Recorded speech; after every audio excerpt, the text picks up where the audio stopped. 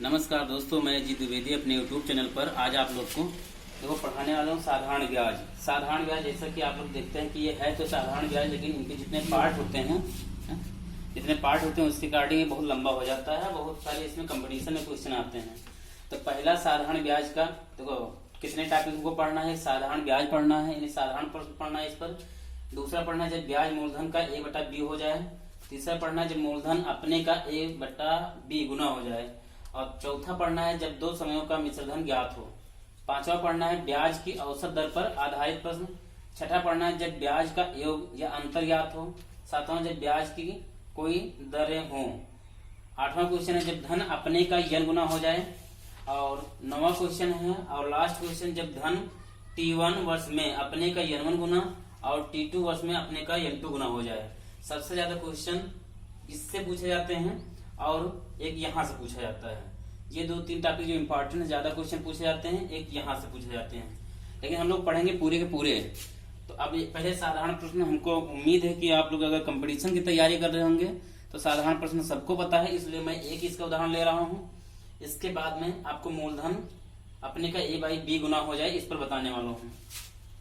तो देखो साधारण प्रश्न यहाँ से जब स्टार्ट करेंगे तो पहले हम लोग साधारण ब्याज जो होते हैं इनको इंग्लिश में एक एक समझा दे रहे हैं। साधारण ब्याज जो है, साधारण ब्याज इसको इंग्लिश में कहते हैं सिंपल इंटरेस्ट। अब हम लोग इसका यूज करेंगे SI, सिंपल इंटरेस्ट। इसके बाद में ब्याज को आपको पता है इंटरेस्ट बोला जाता है। इसमें रेट यानी दर को हम लोग रेट बोलते हैं और हम लोग इसको डिनोट करेंगे R से। इसके बाद में समय जो है, समय को हम लोग टाइम भी बोलते हैं इंग्लिश में, इसलिए हम लोग इनको लिखेंगे T। इसके बाद में मूलधन जो है, मूलधन को कहते हैं प्रिंसिपल अमाउंट, यानी प्रिंसिपल अमाउंट। तो इनको हम लोग डायरेक्ट से P लिखते हैं, अमाउंट लिखो चाहे ना लिखो। तो ये P, ये इनके एक सूचक हैं, मानक। इसके कारण हम लोग देखेंगे। अब एक एक फार्मूला देखो, जैसे साधारण ब्याज यानी सिंपल इंटरेस्ट इक्वल टू क्या होता है P/T/100। तो पहला क्वेश्चन तो यहीं से लगता है, इसको आप इसके साथ ले लेना। दूसरा क्वेश्चन क्या है, अगर हम ये लोग यहाँ से SI इंटू 100/P/R कर दें तो ये T के इक्वल हो जाएगा। यहाँ पर देखना, मैं यहाँ बताने वाला हूँ। अब देखो R बराबर अगर निकालना हो, R बराबर क्या होगा, SI इंटू 100/P/T। एक ये तरीका हो गया। दूसरा अब हम लोग P अगर निकालते हैं तो P बराबर क्या होगा, SI into 100/P/R। Sorry, P मुझे निकालना तो T इंटू R होगा, T इंटू R। तो एक ये हो गया। इतने फार्मूले साधारणतः हम लोग को सीखना है और इस पर बेस बहुत सारे क्वेश्चन आपको कंपटीशन में मिलेंगे। फार्मूला सिर्फ यही अप्लाई होता है, क्वेश्चन से बदले जाते हैं। अब देखो पहला एक क्वेश्चन देखो, मुझे उम्मीद है कि इसका आप तो स्क्रीनशॉट ले लिए होंगे या तो आपको अच्छे से पता होगा। तो अब मैं इसको रफ कर दूंगा, फिर इसके बाद में एक एक सवाल मैं बताऊंगा। अब देखो 500 की धनराशि यानी प्रिंसिपल अमाउंट अभी मैंने बताया था, तो ये हो गया 500 रुपए। फिर इसके बाद धनराशि 10% यानी रेट जो है 10% है। वार्षिक साधारण ब्याज की दर नेट टाइम यानी T बराबर है 2 वर्ष, 3 वर्ष है। तो मैं यहाँ 3 वर्ष कर दे रहा हूँ। 3 वर्ष के लिए उधार दी गई, उसका साधारण ब्याज याद कीजिए। इसका मतलब मुझे बताना है SI सिंपल इंटरेस्ट तो क्या होता है P/T/100। अब आपको सारे मान दिया है, P दिया है आपको 500, R दिया है 10 और T दिया है 3 वर्ष/100। तो ये 100 होगा, देखो इससे ये कट जाएगा, 10 बचे 50, 150, 150 होगा। तो ये SI यानी सिंपल इंटरेस्ट बराबर कितना होगा, 150 रुपए हो जाएंगे। तो यही आपका हो गया। अब अगर मान लीजिए यहाँ पर आपको मिश्रधन निकालना होता तो अमाउंट बराबर क्या होता है P plus SI। SI P का मतलब प्रिंसिपल अमाउंट यानी 500 हो गया, SI आपको 150 आया है। ये आपको दिया नहीं था, लेकिन पूछा नहीं था क्वेश्चन में, मैं बता रहा हूँ क्योंकि मैं पहले नहीं बताया था। तो ये बराबर हो जाएगा 650 रुपए। तो ये आपके मेन आंसर हो गए। आप इसको भी नोट कर लीजिएगा। अब देखो इसके बाद में जो क्वेश्चन है यहाँ से मैं बताने वाला हूँ, इस क्वेश्चन को आप अच्छे से समझना, हम लोग इस पर वर्क करेंगे। कोई धन साधारण ब्याज की वार्षिक दर से 5 वर्ष में अपने का 3/2 गुना हो जाता है।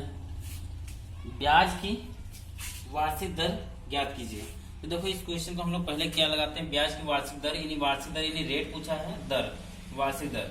तो इनको हम लोग कैसे सॉल्व करेंगे इसको हम लोग देख लेते हैं। तो ये हो जाएगा, पहले देख लो जब a बाई बी लिखा होता है इसका मतलब जानते हो क्या है, a माइनस बी, मतलब ये ऊपर ये होगा तो ये माइनस बी अपान बी कर देना। एक फार्मूला होता है इनटू टाइम टी के लिए होता है और इनटू यहाँ 100 हो जाता है। तो एक फार्मूला यानी वार्षिक दर पर ये अप्लाई होता है, दूसरा क्या होता है उसको देख लेते हैं।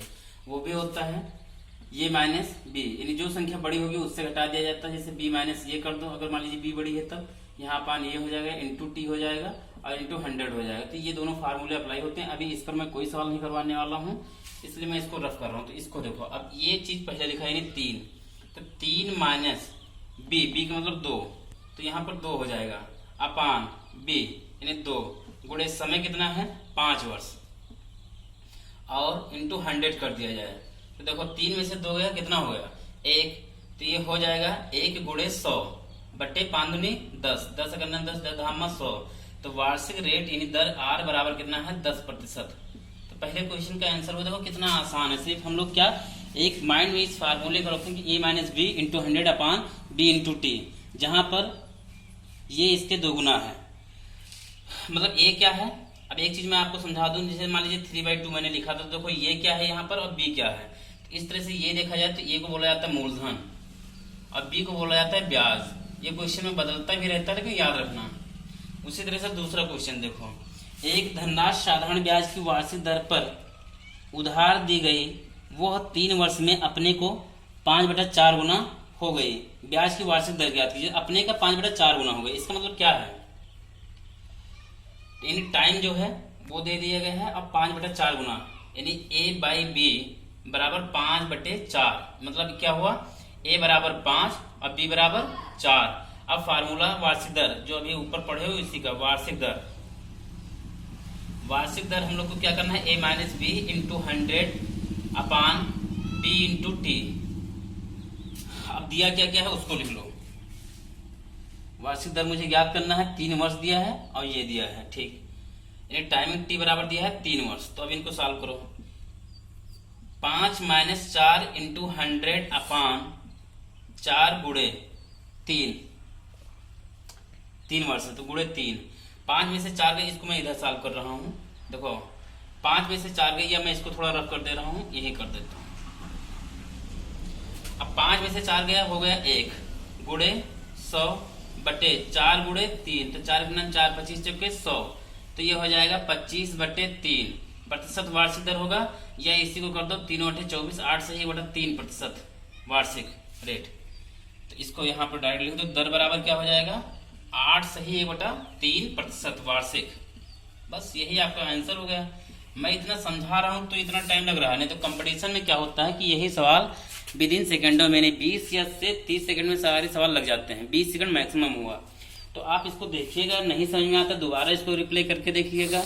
उसके बाद में भी अगर नहीं समझ में आता तो आप कमेंट बॉक्स में बताइएगा, मैं इसको फिर से समझा दूंगा और इसके नेक्स्ट पार्ट मैं कल लेकर आऊंगा। आप अगर मेरे चैनल पर पहली बार आए हैं तो प्लीज लाइक कीजिए, शेयर कीजिए, अपने दोस्तों तक भेजिए, इसको सेंड कीजिए और सब्सक्राइब भी कीजिए, जिससे मेरा मनोबल बढ़ता रहे और मैं पर डे आपको ऐसे ही क्लास देता रहूं। मिलता हूं, धन्यवाद, अगले एक वीडियो में मिलूंगा।